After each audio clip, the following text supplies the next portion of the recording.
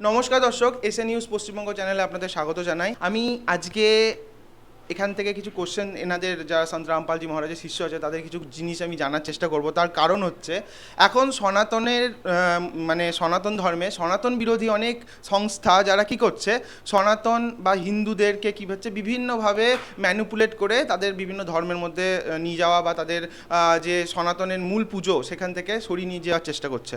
তো সন্ত রামপালজি মহারাজ তার শিষ্যরা এখানে আছেন এবং তাদের থেকে আমি জানার চেষ্টা করব তাদের যে গুরুদেবের ব্যাপারে আমি অনেক কিছু জানতে পেরেছি, যেটা সোশ্যাল মিডিয়া থেকেই জানা গেল। যেটা ওনাদের যে গুরুদেব সন্ত রামপালজি মহারাজ, তিনি অ্যাকচুয়ালি দেবদেবীর পুজো করতে বারণ করেন। তারপর আমরা সাধারণত যে সকল রিচুয়ালসগুলো পালন করি, যেমন শ্রাদ্ধ বা কোনো রকম পুজো বা তীর্থ হোলি খেলা, এগুলো বারণ করে। তো কেন করেন এবং এগুলো তো আমাদের সনাতন ধর্মেরই একটা জিনিস, কিন্তু এগুলো কেন বারণ করেন সেগুলোই আমি জানতে চেষ্টা করব।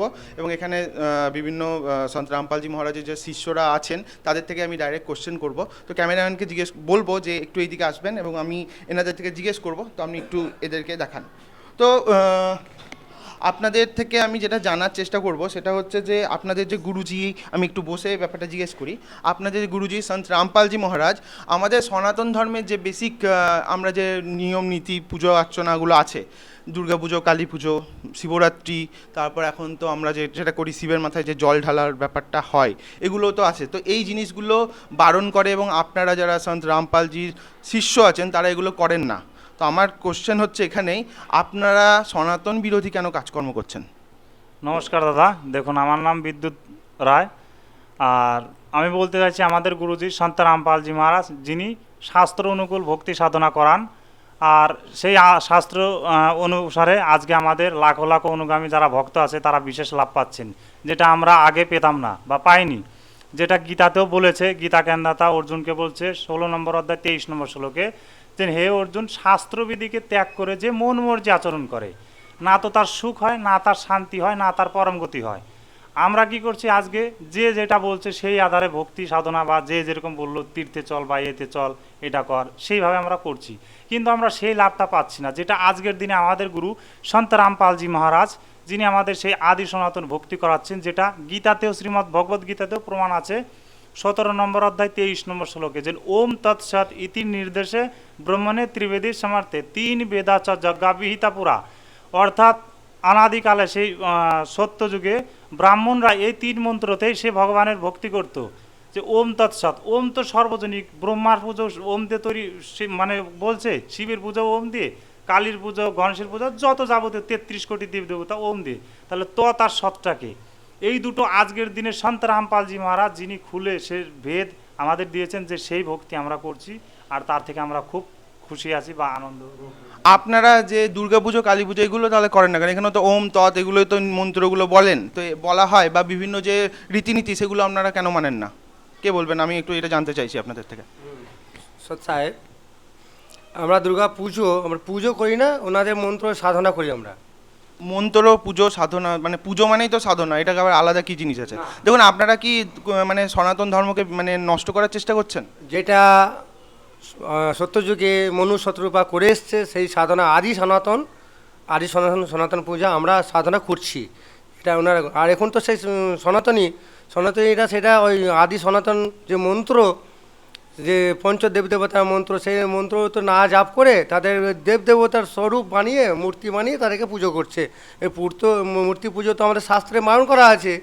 তাহলে আপনাদের মতে তাহলে এই যে হোলি খেলা বা এই জাতীয় জিনিসগুলো, বিভিন্ন ধরনের এই যে রথের মধ্যে যাওয়া বা ঠাকুরের মাথায় জল ঢালা, এগুলো তো মানে একটা ভক্তির একটা নিদর্শন করে। সনাতনীরা বিভিন্নভাবে এই ভক্তিগুলো করে তাদের মনের ইচ্ছা মানে পূরণ করে। তো এই জিনিসটা আপনাদের গুরুজি কেন বারণ করছে? তো এটা তো মানুষের একটা ভক্তিকে কেন মানে বন্ধ করার চেষ্টা করছে? নিষ্ঠা বা একটা বিশ্বাস ভাঙার কেন কাজ করছে?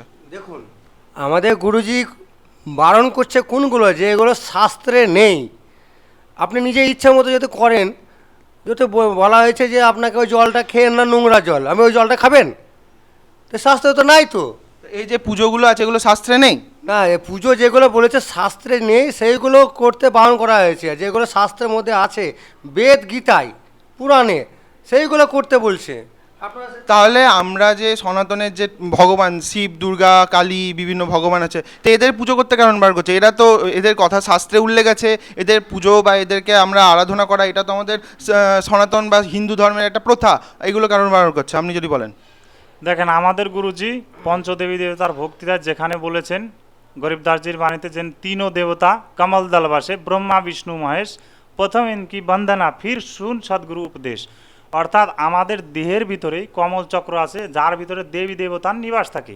যে আমার পিছনে দাদাকে দেখাবো, ক্যামেরাম্যানকে, যে দাদা ক্যামেরাম্যান আপনি এটা একটু দেখান তো। এখানে একটা শরীরের আপনাকে আমি একটু রিকোয়েস্ট করব, যদি আপনি এটা উঠে আমাদের একটু দেখান এবং এই জিনিসটা বলেন। দেখেন, আমাদের যেরকম একটা শরীরের মানচিত্র ছবি দেওয়া আছে, যেখানে বলা হয়েছে যে আমাদের পঞ্চদেবী দেবতা আমাদের শরীরের ভিতরেই মানে চক্রকমলে বিরাজমান থাকে, আমাদের গুরুজি বলেন। আর তাদেরই আমাদের মুখ্য মন্ত্র বা তাদের সাধনা করা, যেরকম মূল কমল চক্র, সব থেকে নিচে গণেশজির নিবাস, ঠিক আছে।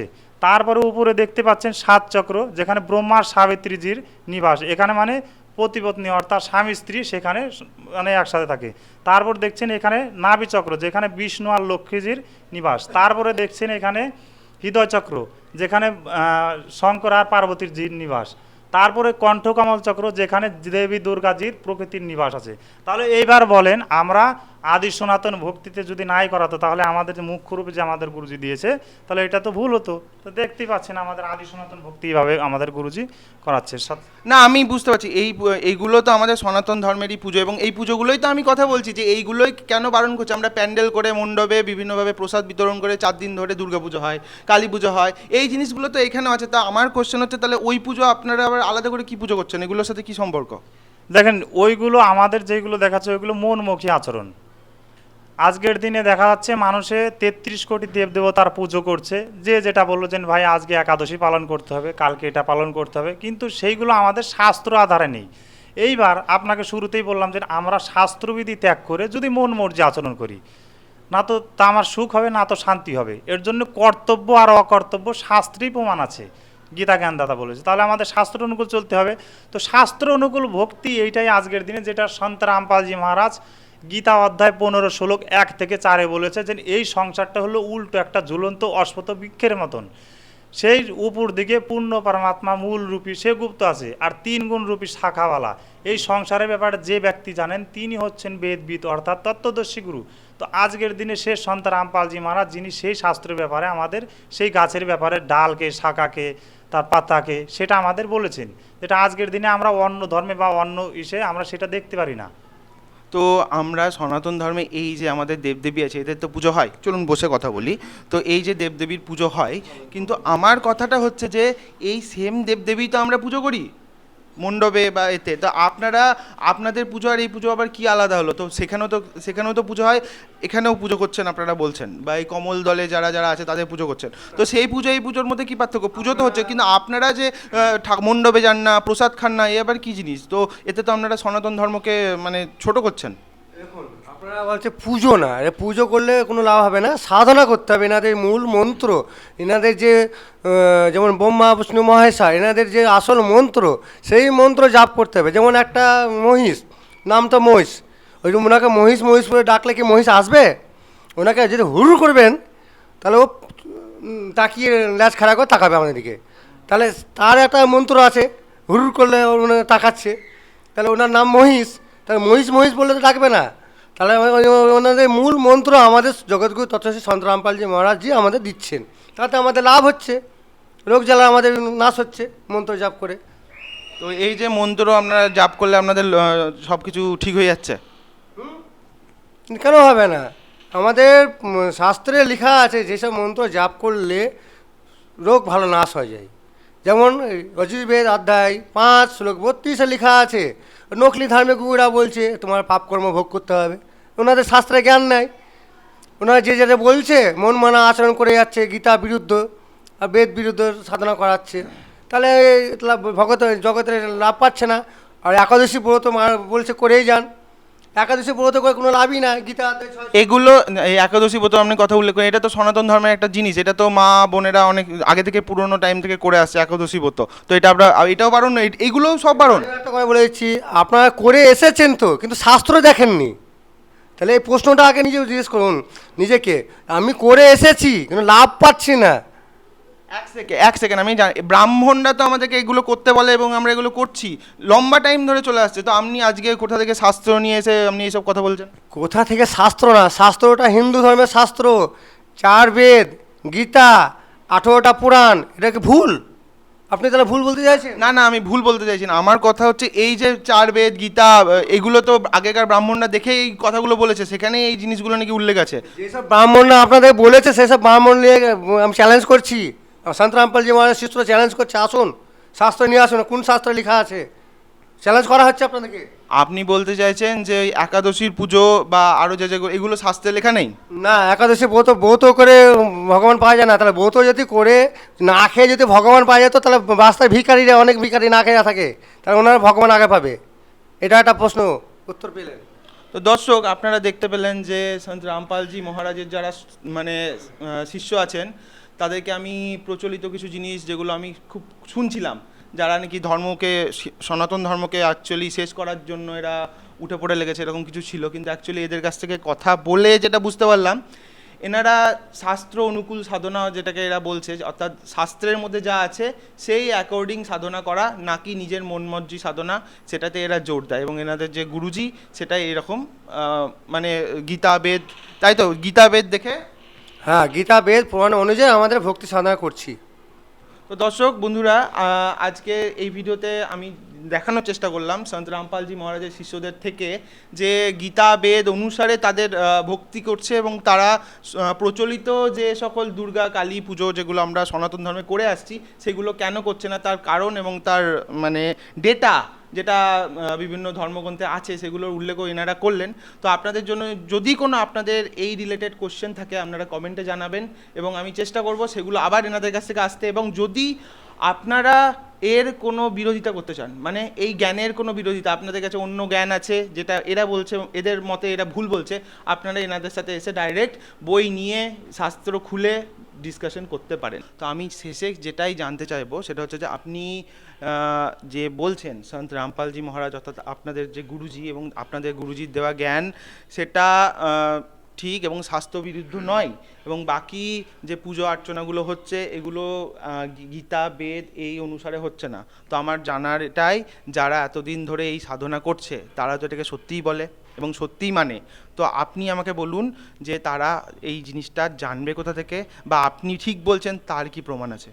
আচ্ছা, আমাদের শাস্ত্র অনুযায়ী যে সাধনা আমাদের হচ্ছে, তো করছি আমরা, সেটা আমাদের জগৎগুরু সন্ত রামপালজি মহারাজ আমাদের ইউটিউব চ্যানেল আছে, একটা চ্যানেল আছে সন্ধ্যা 7:30 থেকে 8:30 সাধনা চ্যানেলে হয়, ওনারা ওইটা দেখবেন। আর একটা বাংলা চ্যানেল আছে, তারা বাংলায় হয় রাত্রি 8টা থেকে 9টা, ওইটা দেখবেন। আর ইউটিউবে সার্চ করবেন সন্ত রামপালজি মহারাজ বাংলা, সার্চ করলে আপনি ওই চ্যানেলটা পেয়ে যাবেন। ওনাদের আপনার যা যা কিছু জানার থাকবে আপনি জানতে পারবেন।